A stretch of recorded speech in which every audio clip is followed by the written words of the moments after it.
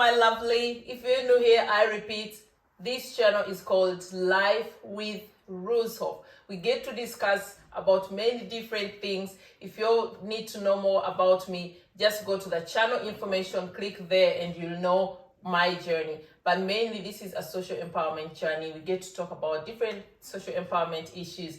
We talk about family, parenting, lifestyle, travel, like a different whole spectrum. But my main dream, my main focus is about social empowerment. So today we're going to be talking about, and like I said, depending on which video I post first, after my most recent video, I learned and decided that it's better if I post shorter videos. So I'll be doing different segments because I noticed that my last video was way too long, 2 hours. But it was a live, so I didn't really think about it. People were there asking questions, and I mean, it's not in my blood to say, I want the video to be shorter so many people get to watch it. But my target was to serve, to answer your questions. But then I realized after it's better I make shorter videos where you can easily get to watch them, along the day or along the week. So that's why I'll be doing different segments. So today, or in this particular video, we're going to be talking about the Schengen visa requirements. And I'm doing this because after the last video, many people have been asking me. For those of you who don't know, I used to have a WhatsApp number that I give out to particular people who have particular questions or need more guidance.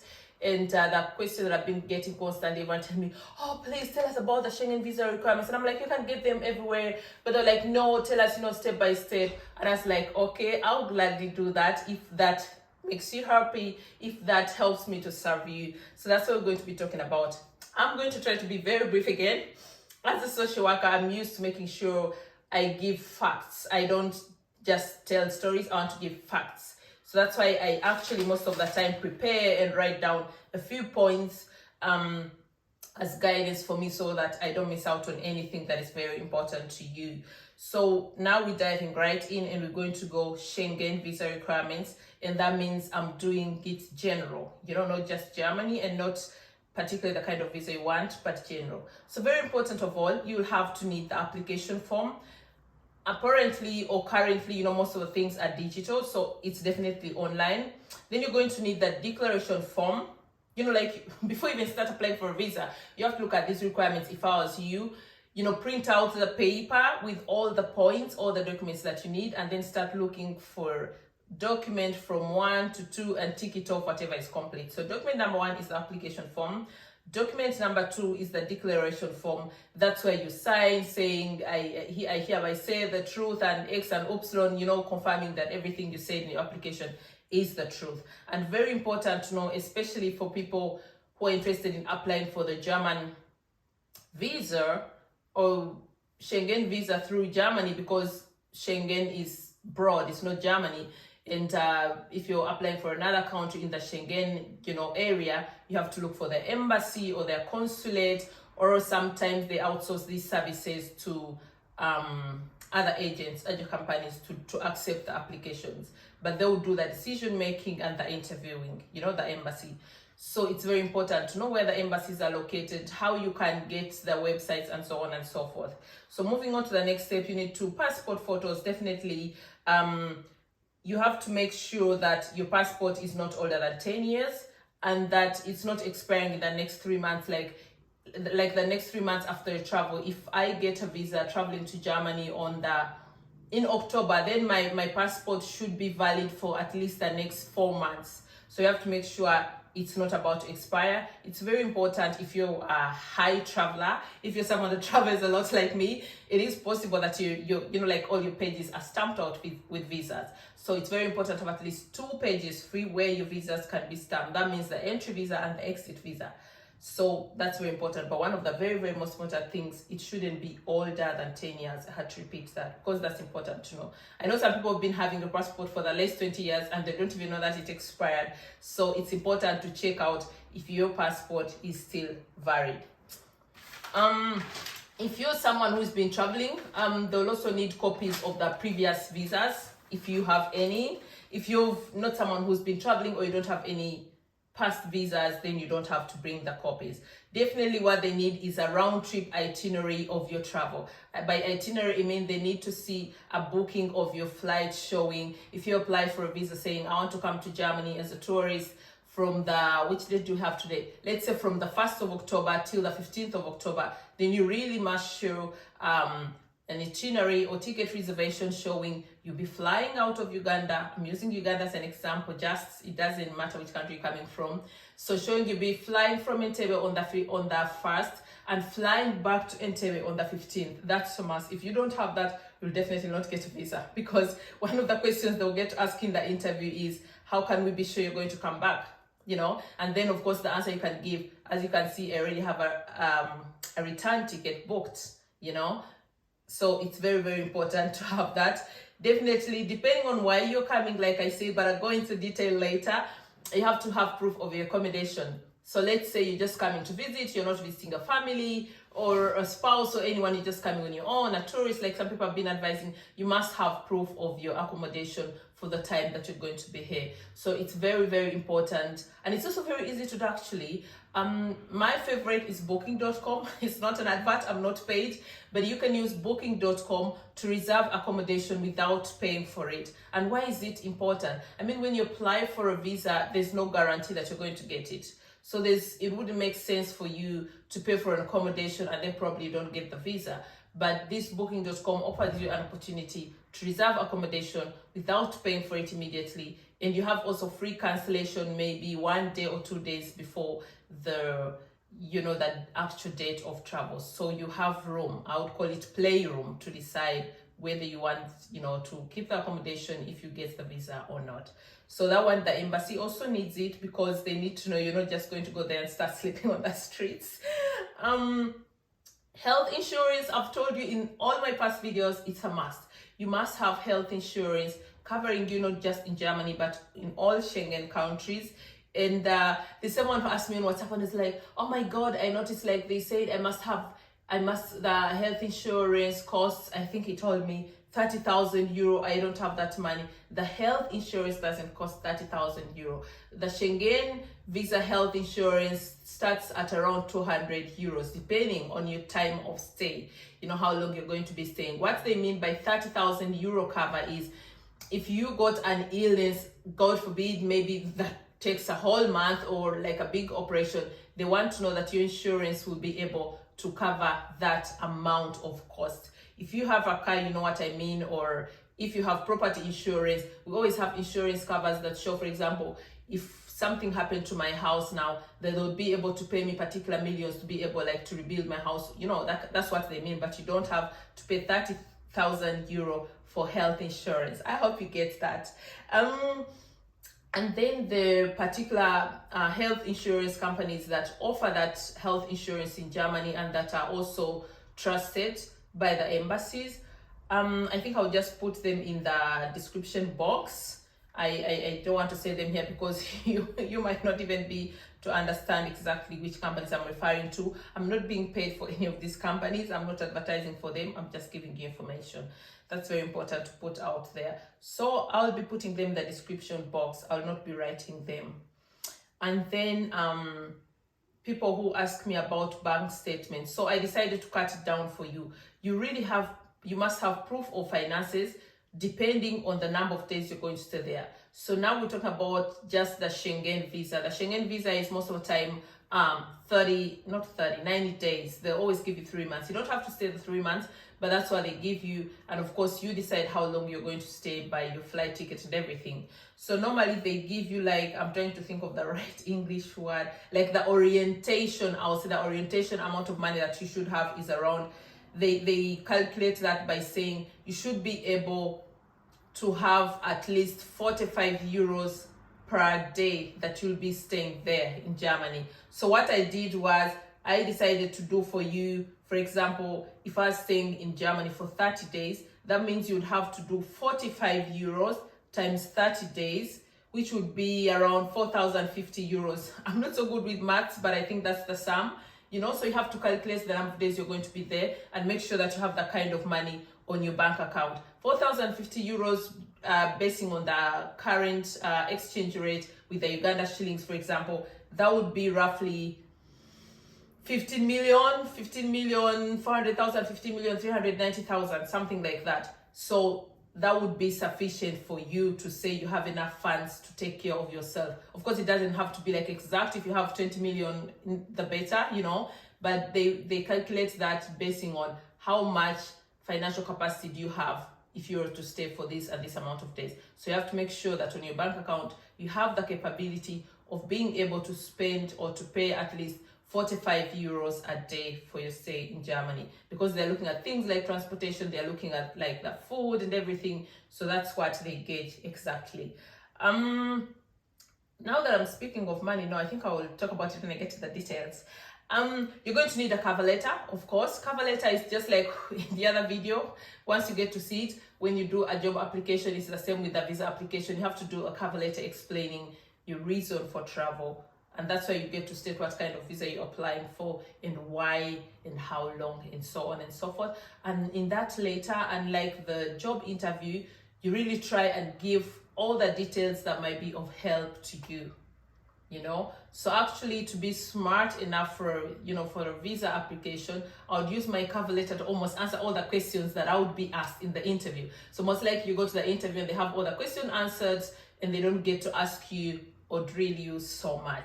So you can use the cover letter to really give all the information that you need to give. So I could use a drink, but I didn't prepare enough. Next time I have to have a drink on the side when I'm doing these videos. Oh my God. It still gives me butterflies and makes me nervous, you know, sitting before the camera and talking. I guess if you're an introvert, you know what I mean. I love what I'm doing, but it still gives me the nerves, like, you know, the butterflies, and I'm all jittery. So of course you need proof of civil status depending on who is applying. I mean, we have also kids traveling or parents traveling with their kids. So you need birth certificate, you need marriage certificate if you say you're married. If your spouse passed, you really need also the death certificate. You really have to have evidence of your civil status. So now we're going to dive into the details. I don't want this video to be so long, so understand if I speak so quickly. If you're employed, it's very, very important to give the employee contact. You'll need a bank statement for the last 6 months showing your earnings. You'll need a letter, leave of permission leave from your employer. So it's very important if your employer also gives you a cover letter saying X is going to be taking a holiday from X from 14th to 15th with our permission, and it would appreciate any assistance rendered to them. You have to show your income tax returns, you know, because that is also proof of your earning. If you're self-employed, you need a copy of your business license. You need also proof of your last earnings for the last 6 months. And again, the tax evidence. And if you're a student, you need proof of your enrollment. I've said that in the past video. Of course, you have to show you got admitted in a particular university. You have to show, now let me first dissect that. If you're coming to Germany to study, you have to show proof of enrollment. But there's also another hand, what I told you. If I invited, for example, let's say my sister to visit me and she's school going, because that is also one of the civil proofs where she can, if they ask her how we know you're coming back, she can say, of course, I'm a student, I'm going to come to Uganda to go back to school. So she must show a letter of no objection from her school, you know, allowing her to travel. And then you have to show the advertisements, like if you're coming to a particular university, you have to show where this job was advertised. Was it a scholarship? Was it, you know, on their website and you applied for it, and so on and so forth.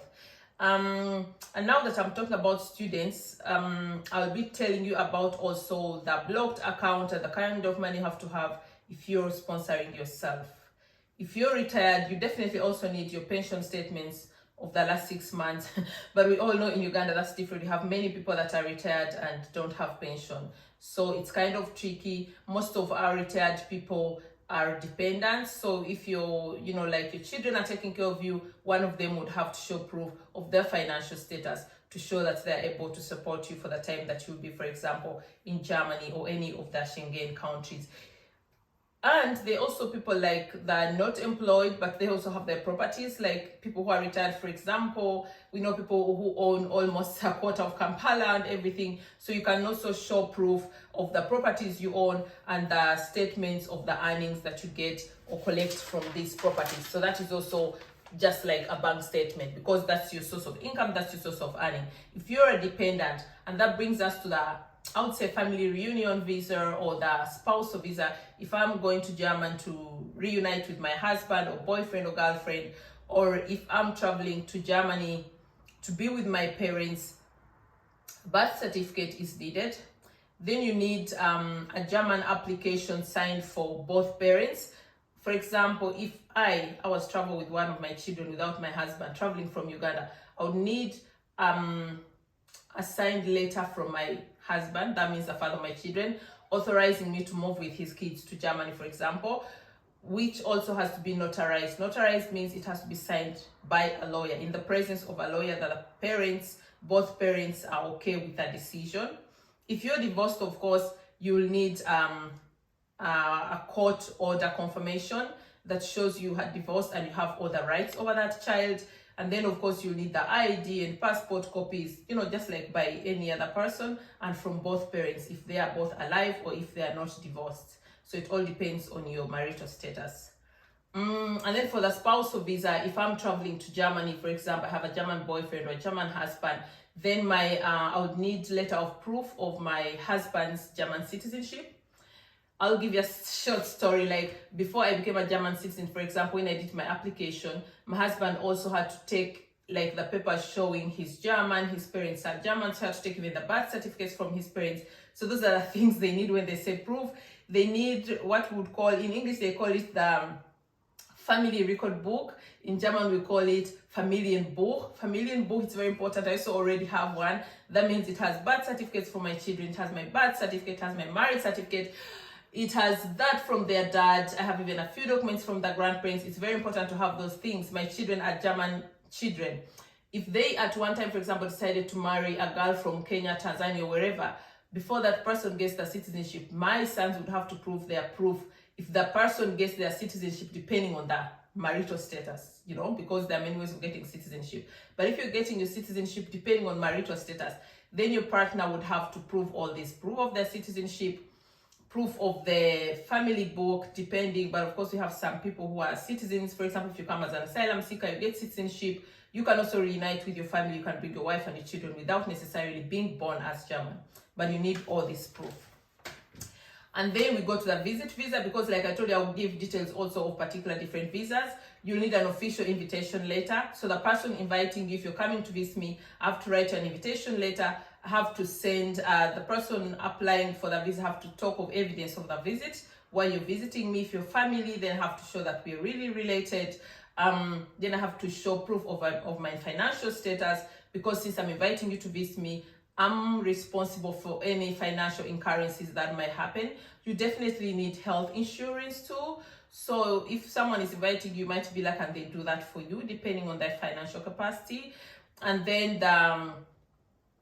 the person inviting needs a specific letter that's given to them by, I think, what you call the immigration office in Uganda. Here we call it Ausländerbehörde. So I would go there, for example, and then they'll do, you know, background checks, see my earnings and everything, and then decide if I'm in position to actually even invite someone here. So I would have to send those documents to the person I'm inviting in original copy.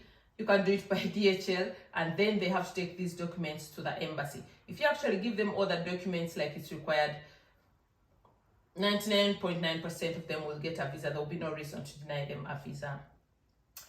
If you're coming on a student or job visa, definitely you need an admission letter if you're a student, and then for a job, you definitely need a job contract, unless you're coming for a job search visa, the one that I told you about of 6 months.